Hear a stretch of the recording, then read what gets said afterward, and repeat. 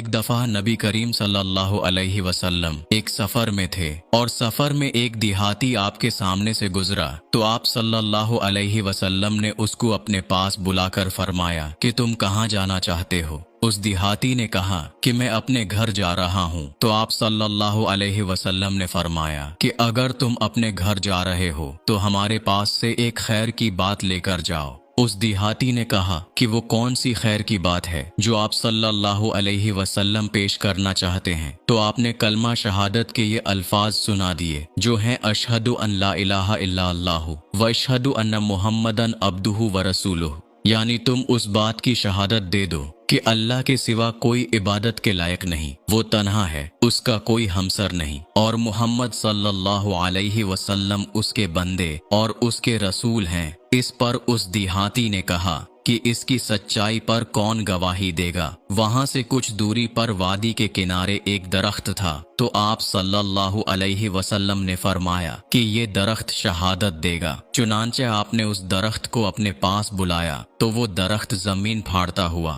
آپ صلی اللہ علیہ وسلم کی بارگاہ میں حاضر ہوا اور اس نے کلمہ شریف کی 3 مرتبہ شہادت دی۔ اس کے بعد وہ درخت جیسے آیا تھا ویسے ہی اپنی جگہ واپس پہنچ گیا، اور نبی کریم صلی اللہ علیہ وسلم کا اہم جز جب اس دیہاتی نے دیکھا تو بے ساختہ پکار اٹھا کہ آپ صلی اللہ علیہ وسلم اللہ کے سچے رسول ہیں اور میں آپ پر ایمان لے آیا ہوں۔ میں یہاں سے جا کر اپنے قبیلے کے سامنے یہ کلمہ پیش کر دوں گا، اگر وہ لوگ اس کو قبول کریں گے تو میں ان کو لے کر آپ صلی اللہ علیہ وسلم کی خدمت میں حاضر ہو جاؤں گا، اور اگر وہ لوگ قبول نہیں کریں گے تو میں اپنے قبیلے کو چھوڑ کر اکیلے آپ کی خدمت میں حاضر ہو کر آپ صلی اللہ علیہ وسلم کے ساتھ رہوں گا۔